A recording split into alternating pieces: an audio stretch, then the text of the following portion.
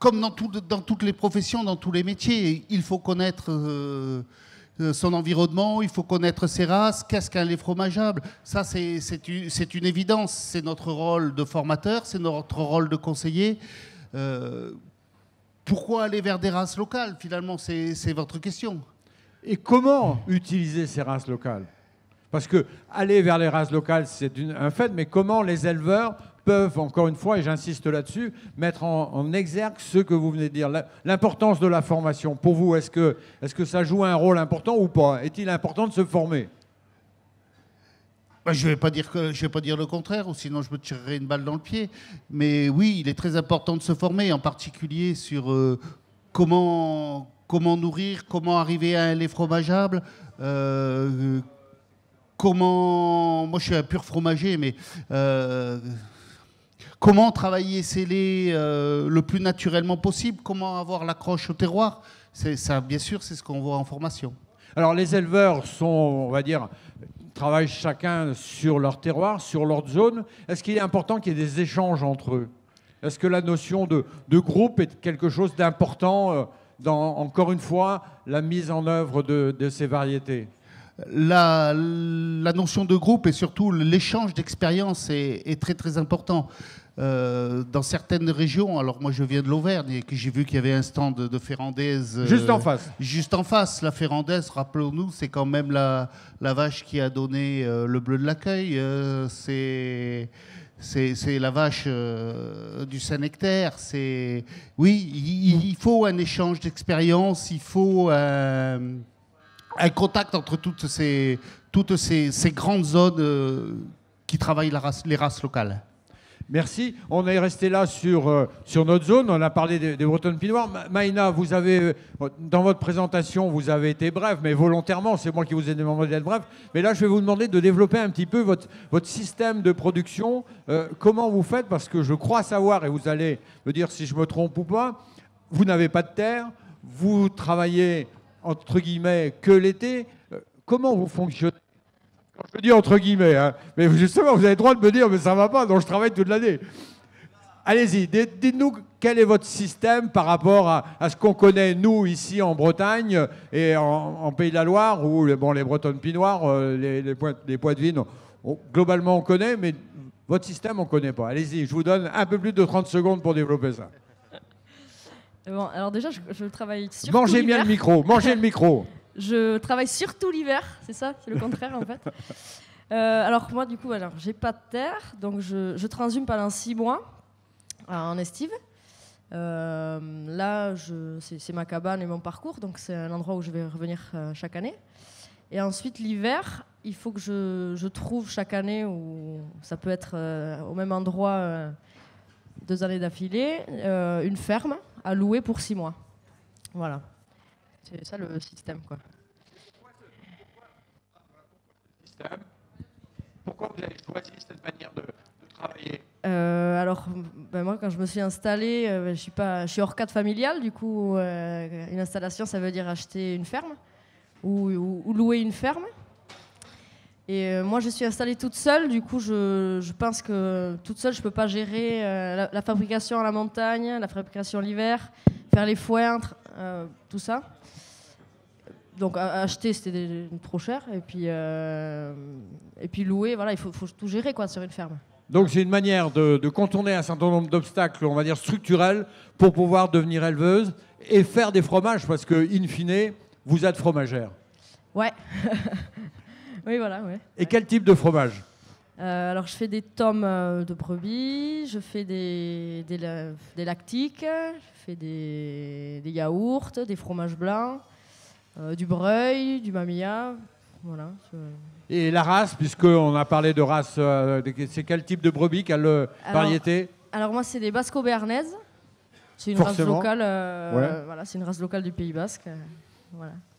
Jackie, vous connaissez un petit peu Maïna et son système. Quel regard vous avez sur cette manière de travailler? Moi, j'ai été toujours assez surpris et heureux de voir des gens qui s'installent et qui ne sont pas du milieu agricole forcément et qui mettent énormément de volonté apprendre à aller de ferme en ferme, à faire des formations pour bien maîtriser le métier, et sachant que, évidemment, comme vous le savez, il y a énormément de métiers dans ce métier-là. Et la formation qu'a suivi Maïna, les nombreuses formations qu'elle a suivies lui ont permis donc justement de pouvoir s'installer à son jeune âge et de maîtriser, de tout maîtriser, l'élevage, la qualité des produits, la commercialisation aussi, hein, qui est quelque chose d'un peu difficile quand on démarre.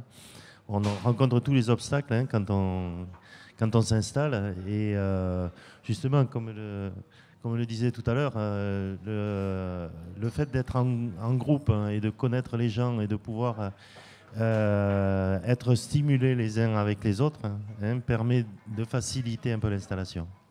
Merci. Est-ce que, s'il vous plaît, Didier et Cédric, est-ce que vous pourriez aller causer un petit peu plus loin, s'il vous plaît? Merci, messieurs. Ouais, on disait, avec quel regard la façon dont elle fait les fromages, est-ce que vous avez un regard là-dessus? Est-ce que vous avez une opinion sur la manière dont elle travaille avec les levains et la matière première qu'elle utilise?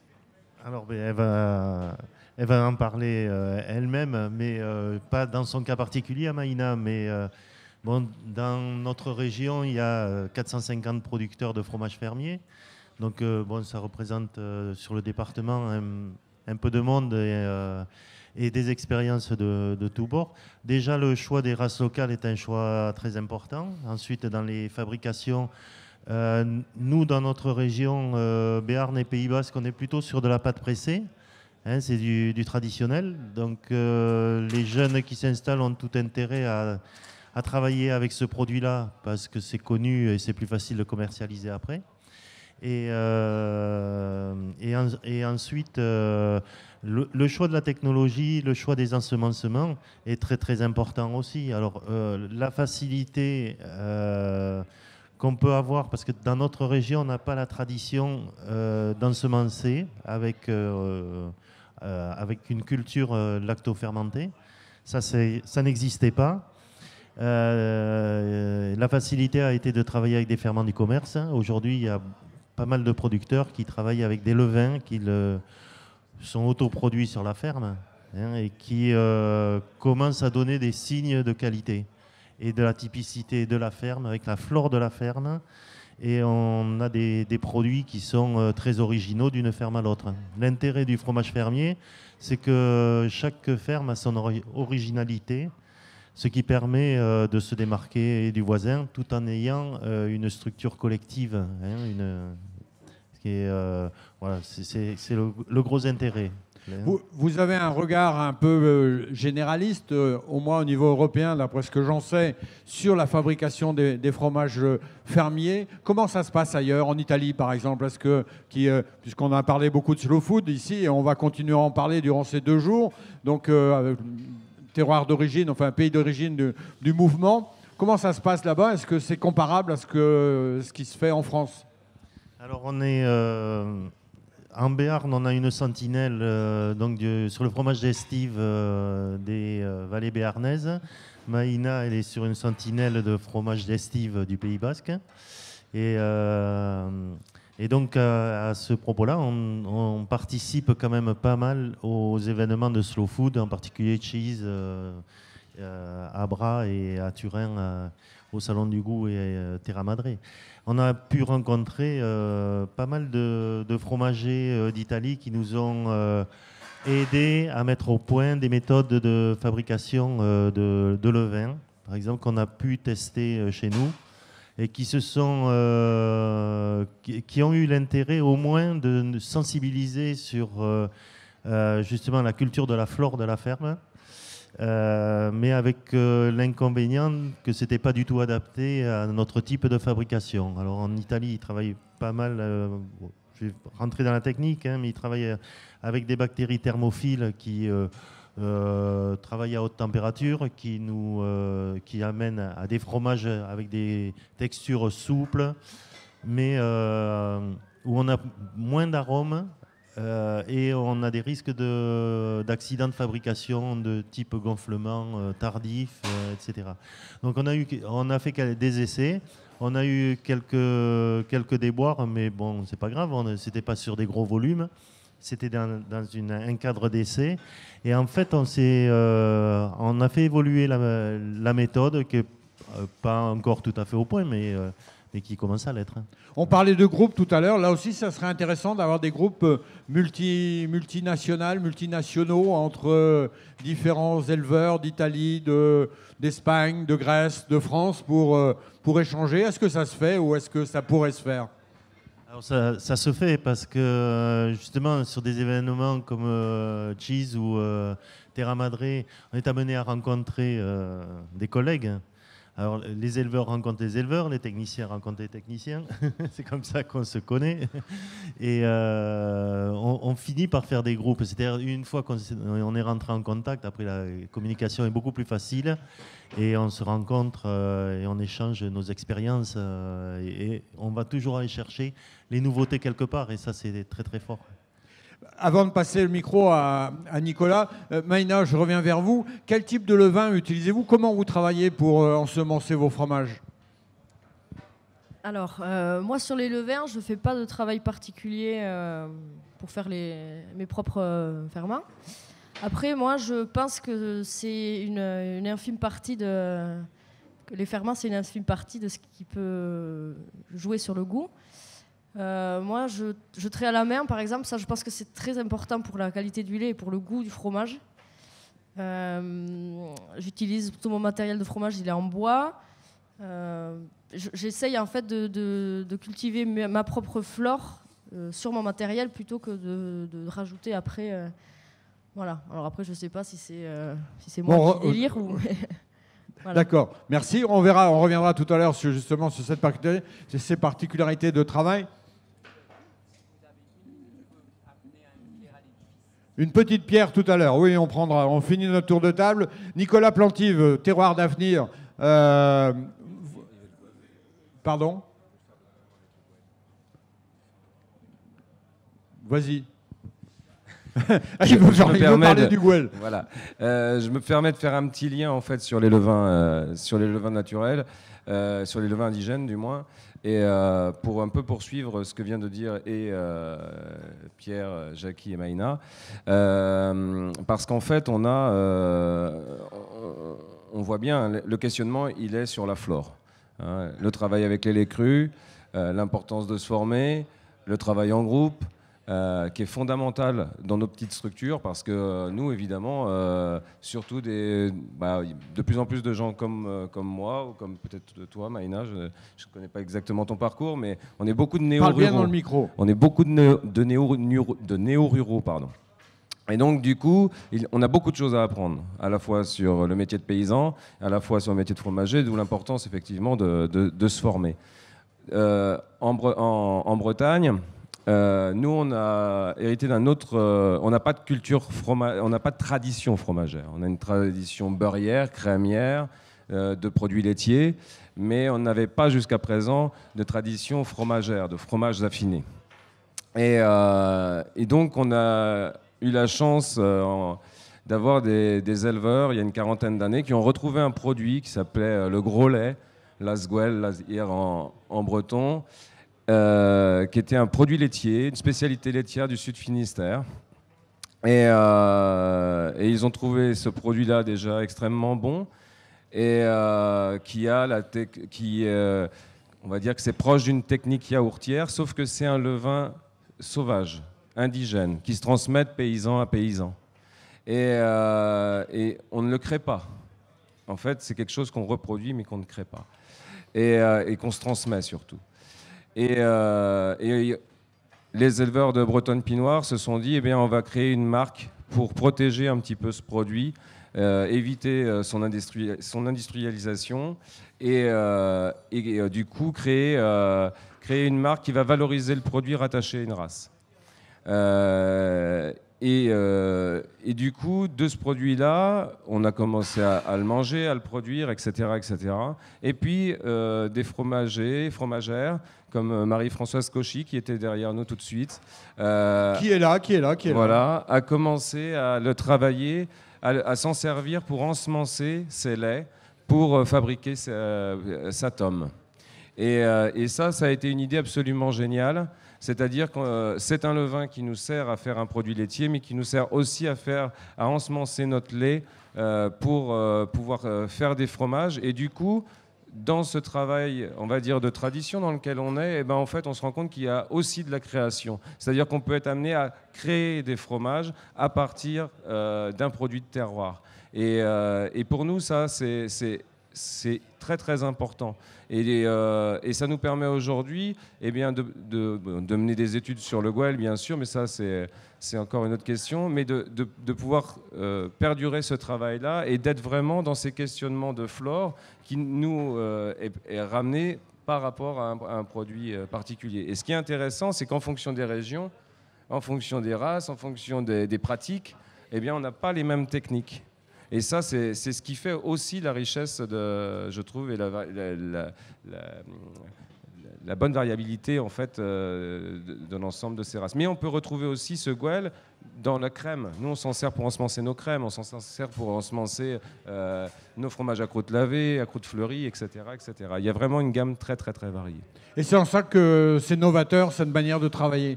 On pourrait croire produit race locale, produit du terroir, c'est la tradition. On reste bloqué sur la tradition. Jackie nous a montré qu'avec des échanges avec des éleveurs d'autres pays, et vous, ce que vous venez de dire sur le Gouel et la manière d'utiliser ces levains, c'est la modernité. Exactement. Moi, je suis absolument convaincu que la notion de patrimoine n'est pas une notion rétrograde. Et je pense que c'est pas parce qu'on travaille avec des races locales qu'on est forcé d'être dans quelque chose de figé, quoi. Et au contraire. Et je pense que c'est par la formation qu'on peut avoir dans nos groupes de travail entre paysans, avec les techniciens fromagers, et aussi dans la valorisation de nos produits, qu'on arrivera à être dans la création. Merci. Alors, on avait monsieur qui voulait apporter sa petite pierre à l'édifice. Je vais vous demander d'aller juste à côté de Nicolas, en face, comme ça, déjà, pour la caméra, vous serez à l'image, et pour le transfert du micro, ça ira beaucoup plus vite. Alors, vous dites qui vous êtes. Voilà. Bonjour, messieurs, dames. Philippe Kuhlmann, éleveur de Vosgiennes dans les Vosges et dresseur de bœufs d'attelage. Et néo-rural d'il y a 40 ans, et installé avec des structures légères. Et là, on est en train de mettre au point, je pense à madame qui est installée avec les brebis et c'est ça qui m'a fait prendre le micro. Et au lieu de mettre des structures lourdes en place, les étables mobiles sur roues qui se déplient, et on a mis ça au point et ça permet, par rapport à tout ce qui est germes, microbisme et tout ça, on stationne peu de temps au même endroit, on n'a pas besoin de structures lourdes. Par rapport aux épandages des excréments d'élevage, il n'y a pas les normes de fosses, etc., en déplaçant les tables régulièrement. Donc voilà, je voulais dire que c'était peut-être une solution, puisque la dame doit aller dans des fermes ici ou là. Donc il suffit de trouver un terrain, même en achetant le foin, mais en déplaçant le troupeau, en ayant 1 hectare, avec un point d'eau, un groupe électrogène. Ça évite de louer une ferme et ça permet à des jeunes de s'installer avec beaucoup moins de frais. Voilà. Merci pour ce témoignage. Donc, une manière qui est en train de se développer, effectivement. Attendez, restez pas dans le champ de la caméra. Merci. Pour devenir paysan avec des structures légères. Nicolas Plantive, on l'a dit, vous êtes de terroir d'avenir. Comment et pourquoi vous intéressez-vous aux produits des races locales ? Pourquoi on s'intéresse aux produits des races locales ? Pierre l'a très bien expliqué tout à l'heure. En fait, les gens ont besoin de retrouver leurs racines, surtout dans les grands centres urbains comme Paris. On n'a plus de lien à la terre et ça, c'est un problème, surtout avec les scandales sanitaires qu'on a pu avoir ces dernières années. Donc, c'est quelque chose de très important pour à peu près pour beaucoup de monde et de plus en plus de personnes, c'est retrouver ce lien et des produits de qualité, avec une transparence dans d'où ça vient, le lien au terroir, etc. Donc les produits de race locale entrent pleinement là-dedans. Et donc Terroir d'avenir, c'est C'est une boîte qui a été créée il y a une dizaine d'années justement pour, face à ce constat où on avait des produits de qualité qui étaient faits dans les régions, mais qu'on retrouvait dans les circuits conventionnels, où les restaurateurs ou même les particuliers avaient accès à des produits en fait stéréotypés et manufacturés. Et donc c'est comment on arrivait à retrouver, à reproposer aux gens des produits de qualité venant des différentes régions de France et d'ailleurs. Mais vous êtes, vous venez de le dire, dans les grandes villes, à Paris, Terroir d'Avenir, vous êtes dans des quartiers chics. Est-ce que ce que vous faites, ça veut dire que les produits des races locales, c'est pour les bobos? Déjà, on pense que les produits de race locale, c'est pour les gens qui habitent autour des fermes. C'est que le premier but de produits de race locale, c'est déjà de les vendre là. Après, la deuxième chose, c'est qu'il faut qu'on mange aussi à Paris. On a besoin de manger. Autant qu'on mange des choses saines plutôt que des produits industriels. Alors, l'explication un peu de dire c'est des produits pour les bobos, en fait, là où on a voulu diminuer, l'un des problèmes de l'alimentation aussi, c'est qu'on a une multitude d'intermédiaires. C'est qu'entre le paysan à l'origine de la matière première et le produit qu'on a dans les étals à disposition des personnes, il y a beaucoup d'intermédiaires entre tout ça. Et nous, notre but, du coup, c'était de travailler en direct avec les producteurs pour limiter ces intermédiaires et donc limiter ce coût. On préfère donner l'argent directement aux producteurs plutôt que de le donner à 3 ou 4 intermédiaires. Et finalement, on a un prix de vente à la fin qui est pas déconnant par rapport au marché parisien de prix de produits de moins bonne qualité, en fait. Comment vous faites pour sélectionner les produits et les éleveurs? Sur leur bonne tête ou sur des critères plus objectifs? C'est uniquement à la tête de l'éleveur. Ça ne m'étonne pas de vous. C'est clairement ça. Et de la crémière, surtout. C'est beaucoup de choses. Mais encore. C'est de la recherche. Il y a des produits qu'on connaît et qu'on essaye de faire rentrer petit à petit. Donc on va avoir des producteurs. On est très sensible à la démarche slow food. Donc généralement c'est des producteurs engagés. Et les 3 producteurs que nous avons ici, Nicolas, Benoît ou Maïna, c'est ces 3 producteurs qui s'engagent beaucoup collectivement. Donc c'est des gens qu'on rencontre nous aussi à Terra Madre. Et c'est des rencontres. La première chose, c'est des rencontres. C'est le facteur humain en fait. On n'a pas des contrats, c'est de l'échange. Et c'est des choses qui se construisent petit à petit. Et après, une chose importante, c'est qu'on est à Paris et que les gens, ils ont une culture aussi du goût qui est importante. Donc ils veulent aussi des produits bons. Donc c'est pas qu'une chose, c'est de bien faire les produits, mais il faut aussi qu'ils soient bons.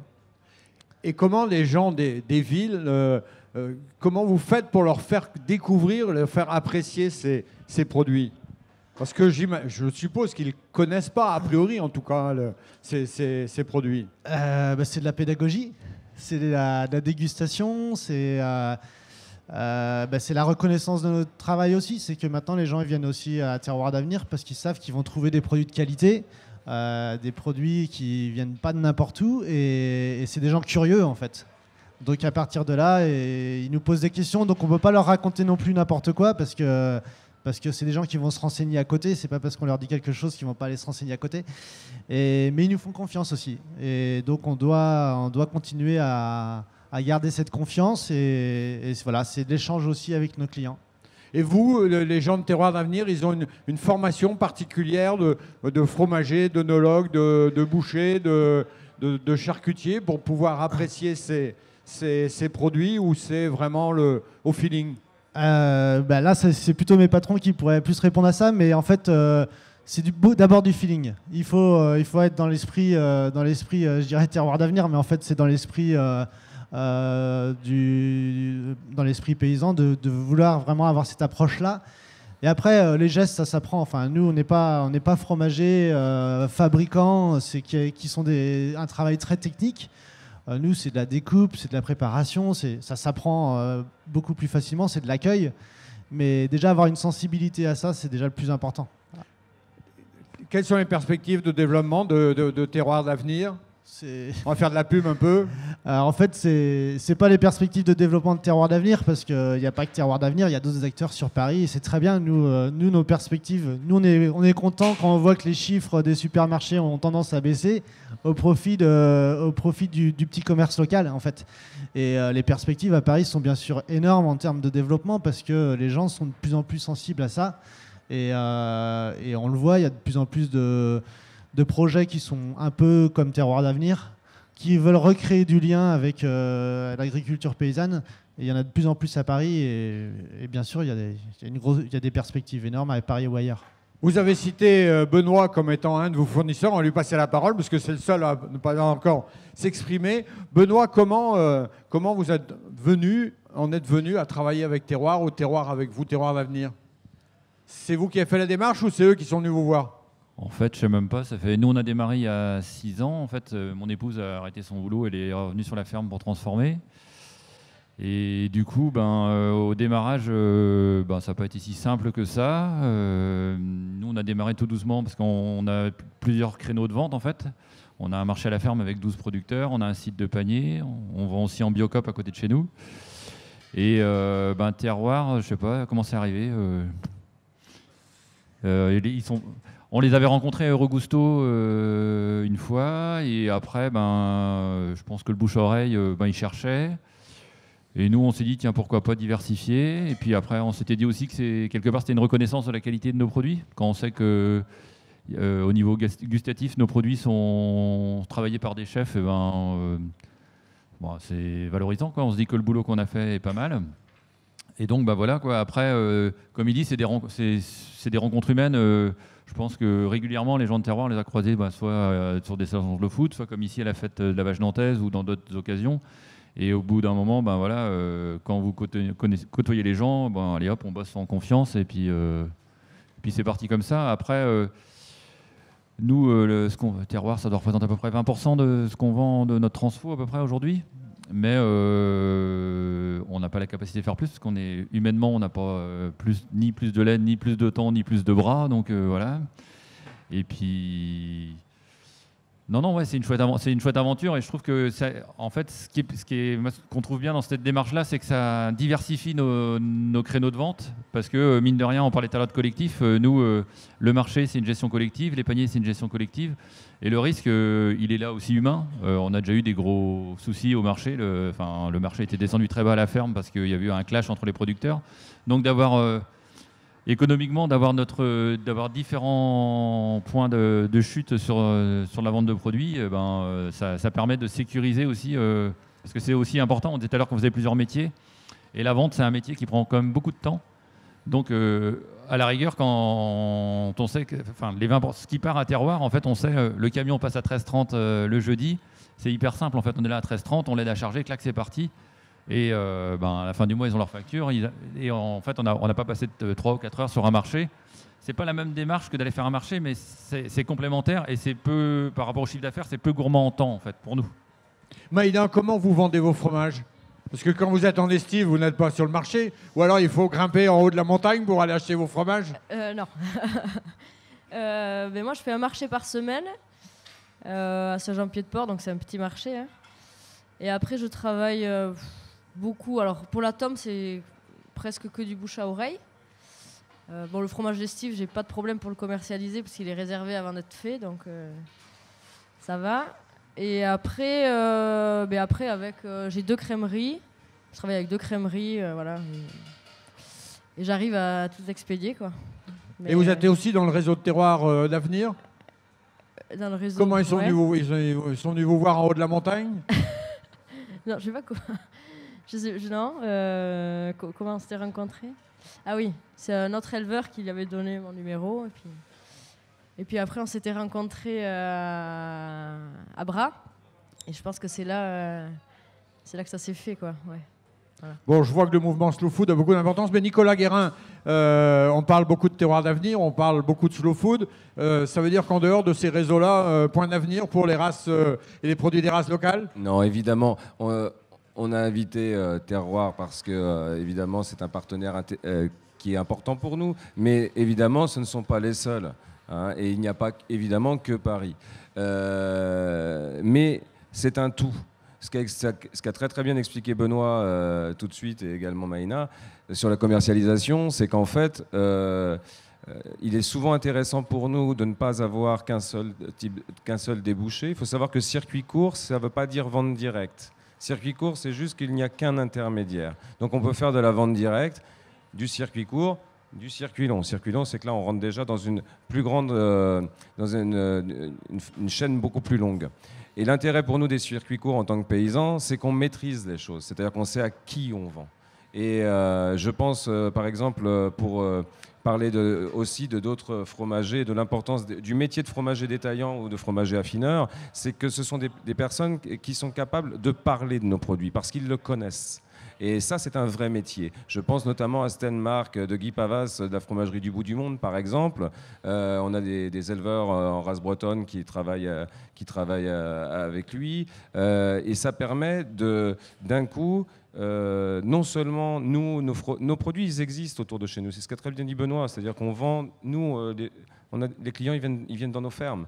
Mais d'un coup, ça permet de mettre un coup de projecteur, non seulement sur nos produits, d'accord, ça fait du bien à notre ego, mais il n'y a pas que ça, il y a la démarche collective derrière, et la démarche collective de nos races. Et quand d'un coup, eh bien, on a un fromage ou un produit laitier, du beurre, de froment du Léon, jaune bouton d'or, qui a un goût exceptionnel, et qu'en plus, on a un fromager qui nous dit, ou un crémier qui nous dit, bah voilà, goûtez ça, c'est vraiment différent. Eh ben, ça parle non seulement de Benoît et d'Isabelle, mais ça parle aussi de la froment du Léon. Et d'un coup, c'est un coup de projecteur sur la race. Et nous, ça nous aide, ça. Parce qu'on a besoin de cette communication-là pour faire exister nos races. Et si on arrive à faire exister nos races, on arrive à faire exister nos systèmes. Et si on arrive à faire exister nos systèmes paysans, eh ben, on aide individuellement aussi les paysans. C'est-à-dire qu'on part du collectif pour que ça réussisse à aider à installer, c'est-à-dire on crédibilise. Il faut crédibiliser nos systèmes, il faut montrer que ce ne sont plus pas seulement en tout cas des démarches, comment dire ça, oui bon bah voilà, il y en a 2-3 qui font ça, il paraît qu'ils vivotent. Non, on vivote pas. On est professionnel, on se forme, on est des paysans comme les autres. On a des tracteurs qui tournent, on a des salles de traite qui tournent, on a des labos qui tournent. C'est juste qu'on a fait un pas de côté. Et on a choisi de ne pas forcément envoyer notre lait à la laiterie et de travailler avec des races locales. Et ça, c'est fondamental à comprendre ça comme ça. Vous êtes des paysans comme les autres. Vous venez de dire on a nos terres comme les autres. C'est pas vrai parce que Maïna n'a pas de terre. Pierre Legrand, comment vous argumentez, si tant est qu'il y ait besoin de l'argumenter, à des jeunes qui viennent vous voir ou dans des groupes en disant installez-vous en race locale? Je vais reprendre un petit peu ce que j'ai dit au tout début. Aujourd'hui, il faut valoriser nos terroirs. Aujourd'hui, ce qui fait venir les gens dans vos fermes, c'est l'accroche au terroir. C'est comme ça que j'argumente pour qu'ils arrivent à aller sur les vaches locales, les races locales. De plus, il faut parler un petit peu d'économie et de valorisation. On ne travaille pas pour la gloire. Hein, non, on ne travaille pas que pour la gloire. Que pour la gloire. Pardon, que pour la gloire. Un petit peu aussi quand même. Mais aujourd'hui, rentrer dans un système de transformation pour passer en circuit long est, à mon avis, maintenant c'est un avis personnel, n'est pas viable. Passer par les races locales, augmenter la qualité fromagère des laits, diminuer le temps de travail. Par exemple, Nicolas en parlera beaucoup mieux que moi, le passage à la monotraite permet de dégager du temps pour commercialiser ses produits, du temps pour fabriquer ses produits. Ah ben Benoît aussi est passé. Et peut-être aussi prendre un petit peu de vacances, ce que certains voudraient faire de temps en temps. Voilà. Et d'augmenter la valeur ajoutée des produits tout en se libérant du temps. Jacques Imet, justement, quels peuvent être les apports des techniciens comme vous et vos collègues aux races locales pour améliorer la qualité des produits encore? Pierre vient de parler d'améliorer la qualité du lait. Il y a du boulot à faire aussi de ce côté-là. Faire comprendre qu'il n'y a pas que les grandes races qui qui valent le coup d'être aidés techniquement? Alors, moi, je ne suis pas très bien placé parce que chez nous, on n'a que des races locales. Mais votre vision globale, parce que vous avez une vision globale de la situation. Ne jouez pas le modeste. Sur l'amélioration de la qualité du lait, évidemment, on travaille beaucoup sur la génétique pour rendre des laits plus fromageables, comme Pierre l'a dit tout à l'heure. Mais il n'y a pas que la composition chimique originelle du lait, il y a toute la flore la flore microbienne qui va évoluer, qui apporte des caractéristiques au produit. Donc tout est imbriqué et les efforts des éleveurs se font à tout instant. Donc, dans le choix des animaux, sur la production, sur la qualité fromageable du lait et aussi ensuite sur la façon dont est menée la traite, la fabrication, la conservation du lait. Et ce qu'on appelle l'hygiène, mais qui doit être complètement raisonnée. Moi, dans mon esprit, j'ai toujours poussé les éleveurs à avoir le plus grand soin et d'orloter un peu la flore microbienne qui existe dans la ferme et essayer de maîtriser cet équilibre qui n'est pas facile du tout et qui est assez difficile à installer d'ailleurs. Une fois que c'est lancé, bon, on arrive quand même à avoir des laits fromageables. Est-ce que quand on entend des éleveurs, et puis on avait le collègue de la Vosgienne ou Maïna qui dit on met nos animaux dans différentes fermes, on utilise du bois, est-ce que ça ne fait pas sauter au plafond un certain nombre de puristes de l'hygiène en disant on va faire des transferts de bactéries, de virus, de machins, ça va mettre le bazar partout? Il y a deux grandes populations qui sont contre. On va dire, il y a l'administration, mais on arrive à maîtriser. Et quelques événements nationaux récents nous font un peu trembler là parce qu'on va avoir un peu plus de contraintes qu'on en a eu. Il y a aussi les autres éleveurs qui sont productivistes et puis qui voient d'un assez mauvais œil la façon dont les fermiers travaillent. Je pense aux gros troupeaux livreurs de lait qui ont des savoir-faire complètement différents, des façons de faire qui n'ont rien à voir avec la production fermière. Donc les fermiers, pour en revenir au travail de groupe, sont vraiment une équipe, parce que c'est vraiment une équipe de gens qui sont originaux et qui travaillent différemment des autres. Et pour cette raison-là, ils se rassemblent, ils se rencontrent, ils se voient. Et ça permet d'avoir une certaine émulation, mais une qualité de produit qui est vraiment très originale, quoi. Maïna, lorsque vous avez voulu vous installer, comment a été reçu votre projet à la fois par les collègues, et puis on a dit un mot de l'administration. On a dit que c'est quoi cette affaire là d'aller... l'estive, c'était connu, mais après d'aller mettre les bêtes en transit pendant 6 mois de l'année chez des fermes diverses et variées, comment ça a été pris? Alors au début, c'était un peu difficile. Parce que et les éleveurs, et l'administration, et tout le monde me disait que j'allais me planter parce que j'avais pas assez de brebis, que toute seule, j'allais pas y arriver, que c'est trop physique. Voilà. Alors, maintenant, ça fait que 3 ans que je suis installée maintenant. Je peux pas dire qu'ils n'avaient pas raison, mais à mon avis, ils n'ont pas tout à fait raison. Enfin, voilà. Je sais pas encore. Mais oui, après... Il faut y croire et après, voilà, il faut faire quelques calculs quand même pour pas se planter en démarrant, mais après il faut y croire, il faut batailler, il faut se diversifier, il faut rencontrer les bonnes personnes pour avoir des bons créneaux. Et voilà, et une fois que c'est mis en place, après, il y a quelques trucs à adapter et puis voilà. On parlait de groupes tout à l'heure. Est-ce que vous appartenez ou participez à des groupes de réflexion Pas de groupe, non, pas trop. Ouais. Non, mais après, bon, c'est vrai qu'on se croise quand même pas mal. Enfin, nous, on a l'association des bergers sans terre, oui, par exemple. C'est vrai qu'on se croise pas mal. On fait des réunions ou des repas. Ouais, vous n'êtes pas toute seule, encore, je non, reprends ce non, cliché, en haut de la montagne. Non. Non. Même entre bergers, il y a de l'entraide. Enfin, non, moi, je suis pas toute seule du tout. Hein. D'ailleurs, j'aurais pas pu m'installer si j'avais été vraiment toute seule. Parce qu'on m'a aidé à certains moments, parce que quand tu as un problème et que tu sais pas d'où ça vient, tu appelles quelqu'un qui va venir te filer un coup de main avec plaisir. Bon, est-ce que vous avez bénéficié de l'appui d'éleveurs ou d'éleveuses qui avaient une longue pratique de ce type de métier, de ces fabrications de fromage?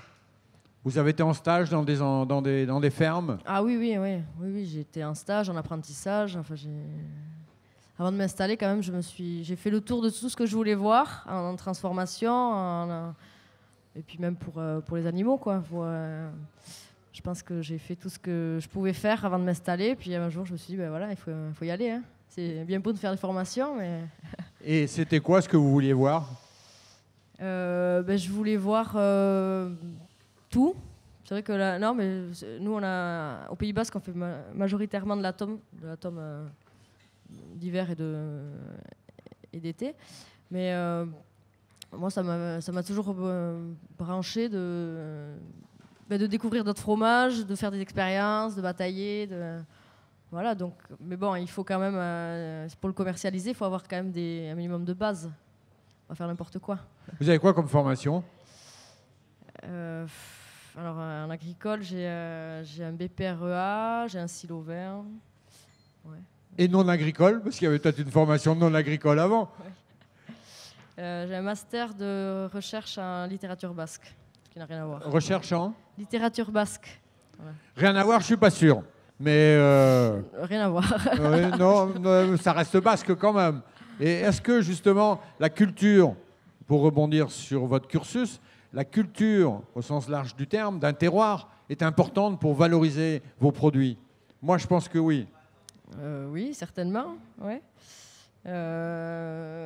Après, c'est difficile parce que moi, par exemple, je me bats pour que les Basques ils essaient de goûter mes produits, mais ils sont culturellement, vu qu'ils mangent de la tome, c'est un peu compliqué, quoi. Moi, je vends plus de yaourt de brebis à Paris qu'au Pays Basque. Voilà. Donc culturellement, oui, ça peut aider, mais c'est pas toujours. Mais ça n'a pas aidé. Bon, mauvaise pioche.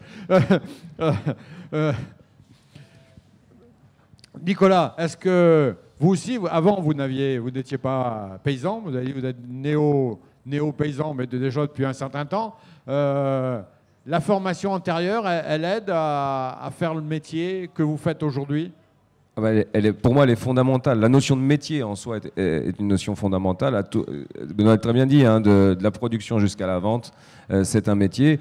Moi, sur ma ferme, ma compagne, parce que je ne suis pas seul, évidemment, hein, on est 3 sur la ferme, ma compagne et Laetitia, une salariée, et Marika. Et on a chacun un petit peu quand même nos spécificités, même si on reste très polyvalent, mais on a quand même des spécificités. Ma compagne, par exemple, elle a fait 12 ans de vente avant. Et évidemment, ensuite, quand elle vend du fromage, elle a une certaine aisance et une certaine facilité à le faire. Puis elle produit une partie elle fait une partie des produits qui sont vendus. Donc évidemment, c'est beaucoup plus facile de parler d'un produit quand on le connaît. Après, sur la formation, en ce qui me concerne, oui, moi je faisais autre chose avant. J'ai travaillé dans le patrimoine principalement. J'ai une formation d'historien d'art d'historien d'art. Je ne suis pas historien d'art, mais en tout cas des études d'histoire de l'art. Et ce qui m'a permis de travailler dans le patrimoine. Et aussi j'ai été menuisier et je faisais de la restauration ancienne. Mais tout ça pour dire que ça m'a toujours accroché, cette histoire de... En fait, on met toujours en ambivalence le progrès, le modernisme, etc. Et moi, ça m'a toujours ennuyé parce qu'en fait, on peut faire de très très belles choses. On peut faire quelque chose de très plastique et très contemporain sans que ce soit fait avec des matériaux plastiques ou béton, etc. On peut faire la même chose avec de la terre, on peut faire la même chose avec un tas de choses. Donc en fait, le problème n'est pas le matériau qu'on utilise, mais la création qu'on y met. Et pour moi, c'est exactement la même chose quand je suis arrivé dans le milieu paysan, avec le patrimoine vivant. et être dans la sauvegarde de nos races, ce n'est pas un archaïsme. C'est pour moi l'agriculture de demain. C'est très très clair. Et en termes de formation, oui, j'ai passé un BPRA comme toi parce que ça c'est une obligation, j'ai envie de dire presque réglementaire pour s'installer, ce qui n'est absolument pas, en tout cas à mon sens, un diplôme qui est adapté à des gens comme moi qui n'étaient pas issus du milieu rural, c'est-à-dire qu'on n'apprend pas un métier dans ce type de BPRA. Ça c'est une chose qu'on doit faire. C'est une clé qu'on donne pour ouvrir les portes. C'est une clé administrative pour dire vous aurez le droit de vous installer, quoi. Mais par contre, ce qui est très important, c'est tout ce qu'on va faire après. C'est-à-dire les formations complémentaires que j'ai pu faire avec Pierre, toutes ces petites formations qu'on peut faire via les CIVAM, les GAB, ça c'est extrêmement important dans les groupes de paysans. Et puis également, partir. Je pense que ça c'est l'une des meilleures formations, c'est de partir, de voyager et d'aller travailler dans les régions voisines, dans les pays voisins et même plus loin si on peut, parce que c'est là qu'on acquiert de l'expérience, c'est là qu'on se rend compte qu'il y a d'autres façons de voir les choses, Moi, je suis arrivé en Suisse, par exemple, j'étais vaché en Suisse, et la première, moi, j'étais le fromage qui ait n'importe quel aspect, je m'en fichais, ce qui comptait, c'était le goût, quoi. Et j'ai mon ami Philippe, mon patron, qui est devenu un ami, qui m'a dit ah non, mais faut pas seulement qu'il soit bon, hein. Faut qu'il soit beau, ton fromage. Et ça, quand il m'a dit ça, au début, je me suis dit, qu'est-ce que ça veut dire qu'il soit beau, le fromage? Et en fait, tout le soin qu'on y apporte, tout le temps qu'on passe, parce que Pierre parlait tout à l'heure, par exemple, de passer en monotraite. Et pour moi, le passage en monotraite, c'était le temps que j'allais passer, en fait, dans ma cave, à travailler mes fromages en cave. Tout le travail d'affinage est souvent le travail qui est un peu laissé pour compte dans nos pratiques paysannes parce qu'on a peu le temps de le faire. Et ça aussi, c'est un métier. Et donc, toutes ces petites choses-là sont extrêmement importantes pour nous. Mais voilà, on pourrait en citer encore plein d'autres, en fait. Alors justement, à Terroir, est-ce que cette notion de beauté, d'esthétisme des produits joue dans la sélection? Ouais, il joue un petit peu, bien sûr. Après, quand on a des tomes de Nicolas qui arrivent, qui sont effectivement magnifiques, ça peut aider à la vente. C'est une culture aussi. Nous, on attache quand même énormément d'importance au goût. Mais un beau fromage, ouais, ça participe à la qualité du produit, bien sûr. Quand vous choisissez, si vous avez des fromages, on va dire, moches. En fait, nous, on ne choisit pas. C'est les producteurs qui choisissent pour nous. Nous, c'est un peu ce que disait Benoît. Il dit, il nous envoie... moi, ce n'est pas moi qui dis ce que je veux à Benoît. C'est Benoît qui me dit, je t'envoie ça. OK, ça marche. Maïna, c'est pas moi qui dis, Maïna, je veux ça. Non, mais là, vous travaillez avec eux. Ouais. Des néo-clients ou des postulants à vouloir travailler avec vous, même s'ils ont comme moi, et je ne suis pas producteur, bien évidemment, le petit escargot slow food sur la casquette, c'est pas pour autant que vous allez prendre leurs produits si leur tome elle est toute craquelée, leur fourme ressemble à une bouse de vache, excusez-moi de l'expression parce que j'en ai vu. Ça peut pas passer. C'est bien sûr, ça fait partie des sélections des produits. Alors, il n'y a pas beaucoup de monde qui viennent nous voir en nous disant je veux vous vendre nos produits. Faut quand même le dire. On parlait tout à l'heure de possibilités de développement du type de démarche que nous avons sur Paris. Le facteur limitant, c'est surtout les produits. C'est que nous, on pourrait en vendre beaucoup plus, mais c'est que ce modèle d'agriculture est quand même pas si fréquent que ça. Donc si on arrive à montrer que et surtout qu'on a des producteurs qui arrivent à vivre de leur travail, c'est le meilleur exemple pour pousser des jeunes à s'installer. C'est ça l'important aussi, c'est que c'est des structures qui sont aussi économiquement viables. Et ça, c'est très important. Et tout ça pour dire que bon, le produit est important, la démarche est importante, mais il faut aussi que le produit soit bon. On a une matière première, un lait qui est d'une extrême richesse, parce que c'est un lait de terroir, de race locale, mais il faut aussi que le travail du producteur soit excellent, parce que c'est un produit qui coûte plus cher à la base, mais si on a un résultat magnifique, c'est plus une question vraiment de tarif, en restant bien sûr dans des normes acceptables, mais c'est une question c'est du rapport de la qualité du produit avec le prix. Et donc, bien sûr, dans notre sélection, on peut pas prendre tous les fromages, tout et n'importe quoi. Il faut quand même que ce soit des fromages ou des produits qui soient maîtrisés, de grande qualité gustative ou visuelle, même si on accepte les aléas climatiques ou les aléas de production sans problème. Benoît, on parlait de l'installation des jeunes. Est-ce que ce que vous faites donne envie à des jeunes de s'installer? Est-ce que vous en rencontrez? Est-ce que c'est un mouvement qui se développe? Ah oui, là, Pierre dirait mieux que moi, mais ouais, il y a quand même un paquet de projets de transformation laitière qui se développent. Après, ils sont de tout type. Hein. On va moi j'ai dit ça, de la micro-industrie à de la transformation fermière. Non, mais il y a de la place pour. Ouais, après, c'est une équation compliquée à résoudre parce que contrairement à d'autres régions, ici, les effectifs, à part en Bretonne où c'était pas descendu trop bas, mais en Froment, en Armoricaine, on était descendu extrêmement bas. Les projets avec de la transformation laitière sont compliqués à monter parce qu'il faut monter le troupeau, faut se former, monter le troupeau, monter un atelier agréé aux normes. Le problème, c'est que en transformation fermière, c'est qu'ici, on avait perdu et les animaux et le savoir-faire qu'elle est avec, en fait. Et ce savoir-faire-là, il se retrouve grâce aux rencontres qu'on fait, hein, les techniciens fromagers qui viennent nous aider. Il y a aussi beaucoup d'empirisme, faut le dire. Nous, Pierre, on l'a rencontré après avoir démarré. On a démarré comme ça, quoi. Mon épouse a été faire des stages dans différentes exploitations. Et puis de tout ça est né, on a fait un petit mélange et on a sorti un labo on s'est dit, tiens, comme ça sera le plus facile. Et parce qu'on ne savait pas à l'époque comment on n'avait pas connaissance de gens qui pouvaient nous aider à monter des labos.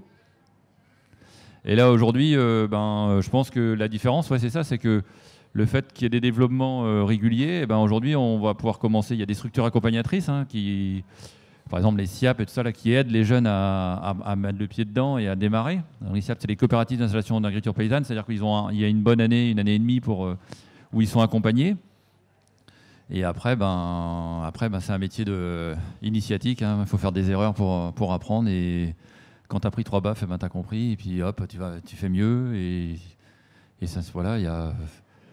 Mais c'est clair que il y a des choses qui vont se faire, mais c'est long à monter. Enfin, moi, je prends un projet pour moi, un projet lait aujourd'hui de zéro. Si c'est pas une reprise, il faut compter 4 ans au moins, 4 bonnes années.